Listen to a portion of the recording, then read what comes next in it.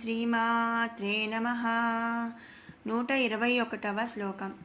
దరాందోళిత దీర్ఘాక్షి దరహోసోజ్వలోన్ముఖీ గురుమూర్తిర్గుణనిధిర్గోమాతా గుహ జన్మభూః. దరాందోళిత దీర్ఘాక్షి,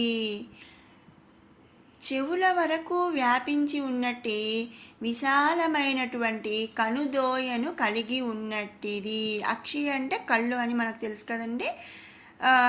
దేవి యొక్క విశాలమైనటువంటి కనుదోయ తనను ఆశ్రయించిన భక్తుల మనసునందు కలుగు సకల భయములను కూడా హరించివేయినటువంటి అభయమును చూపుల ద్వారా కలిగించును. దేవి యొక్క చూపులు ప్రసరించినంతనే సకల భయములు కూడా నాశనమవుతాయి. కాబట్టి ఆ తల్లిని దరాందోళిత దీర్ఘాక్షి అని మనం స్తుతిస్తున్నాము. అంటే ఏంటంటే దీర్ఘాక్షి అంటే చాలా విశాలమైనటువంటి కనుదోయ అన్నమాట. దరాందోళిత అంటే చెవుల వరకు కూడా, అంటే ఆ తల్లి నలుదిక్కులా చూడగలదు అని ఈ నామంలో మనం అర్థం చేసుకోవాలి. అంతేగాని కళ్ళు అంత వెడల్పుగా ఉంటాయా అని కాదండి. ఆ తల్లి చూపు నలుదిక్కులా కూడా, అంటే మనం మామూలుగా కంటితో చూస్తున్నాము అంటే మనం ఎదురుగా స్ట్రైట్గా చూడగలుగుతాం. కానీ ఆ తల్లి కళ్ళు చెవుల వరకు కూడా అంత విశాలమైనగా వ్యాపించి ఉన్నాయంట. అంటే ఏ నలుదిక్కులా కూడా మొత్తం సర్వం కూడా ఆ తల్లి చూడగలదు. అలాగే ఎవరైతే భక్తుల మనసునందు కలుగు సకల భయములను కూడా ఆ తల్లి హరించి వేస్తుందని ఈ నామం యొక్క అర్థం. అందుకనే ఆ తల్లిని మనం దరాందోళిత దీర్ఘాక్షి అని స్తుతించుకుంటున్నాము. తర్వాత నామం దరహాసోజ్వలోన్ముఖి. దరహాస అంటే చిరునవ్వుతో, ఉజ్వలన్ముఖి అంటే ప్రకాశించినటువంటి ముఖి ముఖమును కలిగి ఉన్నట్టిది. అంటే ఆ తల్లి ఎప్పుడు కూడా చిరునవ్వుతో ప్రకాశించినటువంటి ముఖమును కలిగి ఉంటుందంట. కాబట్టి ఆ తల్లిని మనం దరహాసోజ్వలోన్ముఖి అని స్తుతించుకుంటున్నాము. తర్వాత నామం గురుమూర్తి. గురు అంటే గురువు, మూర్తి అంటే స్వరూపముగా కలిగి ఉన్నది. ఇక్కడ గురువే స్వరూపముగా కలిగి ఉండటం అంటే గు అక్షరము బ్రహ్మత్వమును, రు అక్షరము జ్ఞానమును చెప్పుచున్నది. బ్రహ్మజ్ఞానమును కలిగి ఉండునటువంటిది ఆ దేవి శక్తి. కనుక బ్రహ్మజ్ఞానమునే దేవి స్వరూపముగా ధరించి ఉన్నది అని ఈ నామం యొక్క అర్థం. మరో విధంగా బ్రహ్మజ్ఞాన స్వరూపురాలని కూడా ఇక్కడ మనం భావించవచ్చు. కాబట్టి ఆ తల్లిని గురుమూర్తి అని స్తుతించుకుంటున్నాము. తర్వాత నామం గుణనిధి. నిధి అంటే నిధి అయినటువంటిది. గుణ అంటే గుణములకు నిధి వంటిది అని ఈ నామం యొక్క అర్థం అన్నమాట. ఈ సృష్టి అందున్నటువంటి గుణములు 3. అవి ఏంటి అంటే సత్య, తమో, రజో గుణములు అన్నమాట. ఈ గుణములకు తరగని నిధి వంటిది దేవి అని మనం ఈ నామంలో అర్థం చేసుకోవాలి. లేదా సత్య, తమో, రజో గుణములకు నిధి వలె వర్ధిల్లుతున్నది అని కూడా మనం ఇక్కడ భావించవచ్చు. కాబట్టి ఆ తల్లిని మనం గుణనిధి అని స్తుతించుకుంటున్నాము. తర్వాత నామం గోమాత. గోవులకు మాత తల్లి అయి ఉన్నట్టిది అని అర్థం అన్నమాట. ఇక్కడ గో శబ్దానికి అనేక అర్థములు ఉన్నాయి. ఆవుతో పాటు స్వర్గము, నేత్రము, కిరణము వంటి ఎన్నో అర్థాలను మనం ఇక్కడ గో అనే శబ్దానికి చెప్పుకోవచ్చు. కనుక గోమాత అనే నామమునకు గోవులకు మాత అయినటువంటి సురభి స్వరూపురాలుగా భావించవచ్చు. ఇంకో రకంగా సందర్భానుసారంగా గోశబ్దమునకు గల నానార్థములను కూడా ఈ నామమునకు అర్థములుగా మనం ఇక్కడ చెప్పుకోవచ్చు అన్నమాట. కనుక ఆ తల్లిని గోమాత అని స్తుతించుకుంటున్నాము. తర్వాత నామం గుహ జన్మభూః. గుహునికి అంటే గుహుడు అంటే కుమారస్వామి.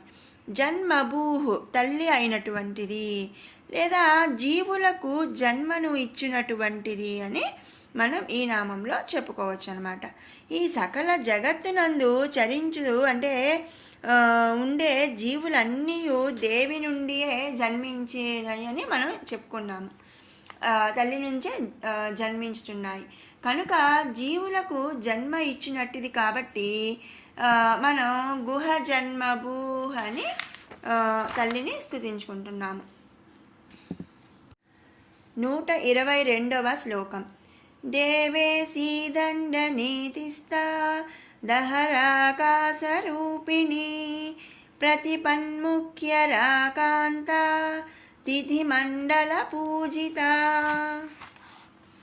దేవేశీ అంటే దేవతలకు ఈశ్వరి వంటిది, బ్రహ్మాది దేవతలకు కూడా ఈశ్వరి వంటిది అంటే ప్రభువు వంటిది. లేదా మనం చెప్పుకుంటాం కదా ముక్కోటి దేవతలు ఉన్నారని, ఆ ముక్కోటి దేవతలకు కూడా ప్రభువు అయినటువంటిది ఆ జగన్మాత. కాబట్టి అందుకనే లలితామాతను మనం దేవేశి అని స్తుతించుకుంటున్నాము. తర్వాత నామం దండ నీతిస్తా. దండ దండన, నీతిస్తా నీతి శాస్త్రజ్ఞురాలు, దండనా నీతి శాస్త్రజ్ఞురాలు అని ఇక్కడ అర్థం. అనగా ఈ సృష్టి అందు జీవులు కర్మానుసారము నిర్వర్తించు కర్మల అందు ధర్మాధర్మములను కలిగి ఉండును. వాటి ఫలములుగా మనకి పాపపుణ్యములు పొందుచున్నారు. దేవి జీవుల కర్మల యందు గల ధర్మము అధర్మమును ఎంచి వాటికి ఫలములను శిక్షలను ప్రసాదిస్తుంది. అంటే ఏంటంటే అధర్మ కర్మలు హెచ్చుగా నిర్వర్తించు జీవులను దండించును. కనుక దండన నీతిస్తా అని ఈ నామంలో చెప్పబడుతుంది. అందుకనే మనం ఆ తల్లిని దండ నీతిస్తా అని స్తుతించుకుంటున్నాము. తర్వాత నామం దహరాకాశ రూపిణి అంటే సూక్ష్మ ఆకాశ స్వరూపురాలు. ఈ సృష్టి అందు గల సమస్త జీవుల హృదయమునందు సూక్ష్మమైనటువంటి ఆకాశ స్వరూపము కలిగి ఉండును. అటువంటి ఆకాశమే తన స్వరూపముగా కలిగి ఉన్నటువంటిది అని ఈ నామము యొక్క అర్థం అన్నమాట. అందుకనే ఆ తల్లిని మనం దహరాకాశ రూపిణి అని స్తుతించుకుంటున్నాము. తర్వాత నామం ప్రతిపన్ముఖ్య రాకాంత తిథిమండల పూజిత. అంటే తిథిమండల పూజిత అంటే పాఠ్యమి మొదలుగా కల తిథుల చేత పూజింపబడతగినది. పాఠ్యము నుండి పున్నమి వరకు 15 తిథులు ఉన్నాయి. ఒక్కొక్క తిథి నందు ఒక్కొక్క రకముగా దేవిని సేవించాలన్నమాట. ప్రతి పన్ముఖ్య రాకాంత తిథిమండల పూజిత. ఇక్కడ పాఠ్యమి రోజు అగ్నిగా, విధియ రోజు అశ్వనీ దేవతలు, తదియ ఉమాదేవి, చవితి విఘ్నేశ్వరుడు, పంచమి నాగరాజు, షష్ఠి కుమారస్వామి, సప్తమి ఆదిత్యుడు అంటే సూర్యుడు, అష్టమి మాతృకలు, నవమి దుర్గా, దశమి దిక్పాలకులు అంటే దిక్కులు, ఏకాదశి కుబేరుడు, ద్వాదశి విష్ణువు, త్రయోదశి యముడు, చతుర్దశి శంకరుడు, ఇంకా పౌర్ణమి రోజు చంద్రుడు, అమావాస్య రోజు పితృదేవతలు. ఈ విధంగా దేవిని పూజించాలన్నమాట. అంటే ఒక్కొక్క రోజు ఒక్కొక్క రూపంగా మనం తలచి ఆ దేవిని పూజించాలి. కాబట్టి ఇలా పూజించాలి కాబట్టి ఆ తల్లిని మనం ప్రతిపన్ముఖ్య రాకాంత తిథిమండల పూజిత అని స్తుతించుకుంటున్నాము. అంటే ఆయా తిథులకు తగినట్టుగా ఆ తిథుల చేత పూజింపదగినది కాబట్టి మనం ఆ తల్లిని ప్రతిపన్ముఖ్య రాకాంత తిథిమండల పూజిత అని స్తుతించుకుంటున్నాము. విన్నారు కదండి 121, 122 శ్లోకాల వివరణ. ఇప్పుడు 119 నుంచి 122 వరకు కూడా 2 సార్లు పారాయణ చేసుకుందాం. ఓం ధ్యానం అరుణాం కరుణాతరంగితాక్షీం ధృతపాశాంకుశపుష్పబాణచాపాం అణిమాధిభిరావృతాం మయూకైః అహమిత్యేవ విభావయే భవానీం. ध्यायेत् पद्मासनस्थां विकसितवदनां पद्मपत्रायताक्षीं हेमाभां पीतवस्त्रां करकलितलसद्धेमपद्मां वराङ्गीं सर्वालङ्कारयुक्तां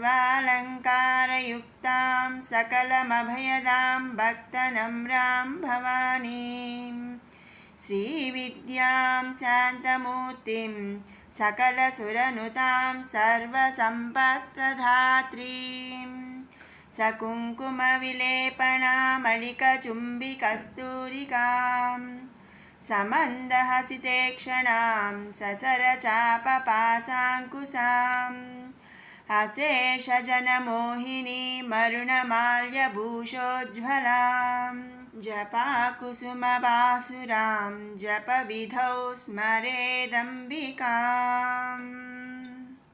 कटाक्षकिङ्करीभूता कमलाकोटिसेविता शिरस्थिता चन्द्रनिभा फालस्तेन्द्रधनुः प्रभा हृदयस्तारविप्रख्या त्रिकोणान्तरदीपिका दाक्षायणी दैत्यहन्त्री दक्षयज्ञविनाशिनी दरान्दोलितदीर्घाक्षी दरहासोज्ज्वलोन्मुखी गुरुमूर्तिर्गुणनिधि गोमाता गुहजन्मभूः देवेशी दण्डनीतिस्था दहराकाशरूपिणी ప్రతిపన్ముఖ్యరాకాంతా తిథిమండల పూజిత. మరొక మారు పారాయణ చేసుకుందాము. కటాక్షకింకరీభూత కమలాకోటి సేవిత శిరస్థితా చంద్రనిభా ఫాలస్తేంద్రధను ప్రభా హృదయస్థారవిప్రఖ్యా త్రికోణాంతరదీపికా दाक्षायणी दैत्यहन्त्री दक्षयज्ञविनाशिनी दरान्दोलितदीर्घाक्षी दरहासोज्ज्वलन्मुखी गुरुमूर्तिर्गुणनिधिर्गोमाता गुहजन्मभूः देवेशी दण्डनीतिस्था दहराकाशरूपिणी प्रतिपन्मुख्यराकान्ता तिथिमण्डलपूजिता. ఓం శ్రీమాత్రే నమః.